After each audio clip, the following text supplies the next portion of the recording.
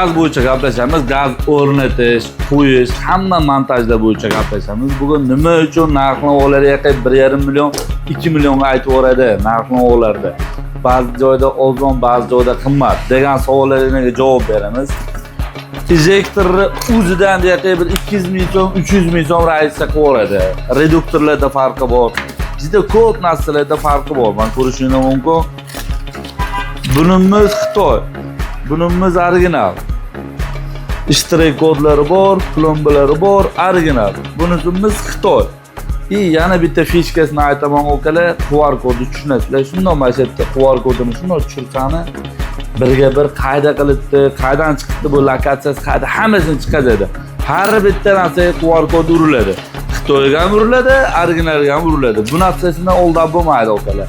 Reduktor so'raganlarga reduktori Xitoy bor, originali bor. Ma bunimiz Xitoy. Birga bir kopiya. Shuni birga bir kopiya, originali ham bor.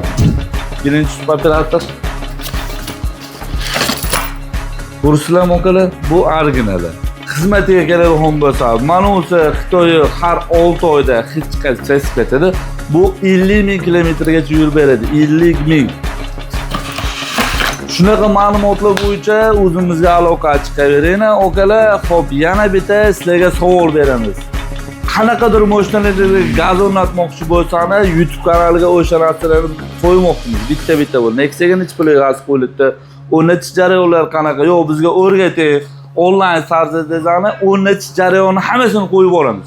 10 minut, 8 minutlik video bo'ladi. Qanaqa o'rnatdi, qayerga o'rnatildi, kilometr qanaqa, ligirovkalar, hammasi bo'yicha ma'lumot beramiz. Agar shu videolar qiziq bo'lsa, kommentga yozib keting okalar, shunaqa videolarni chiqazamiz.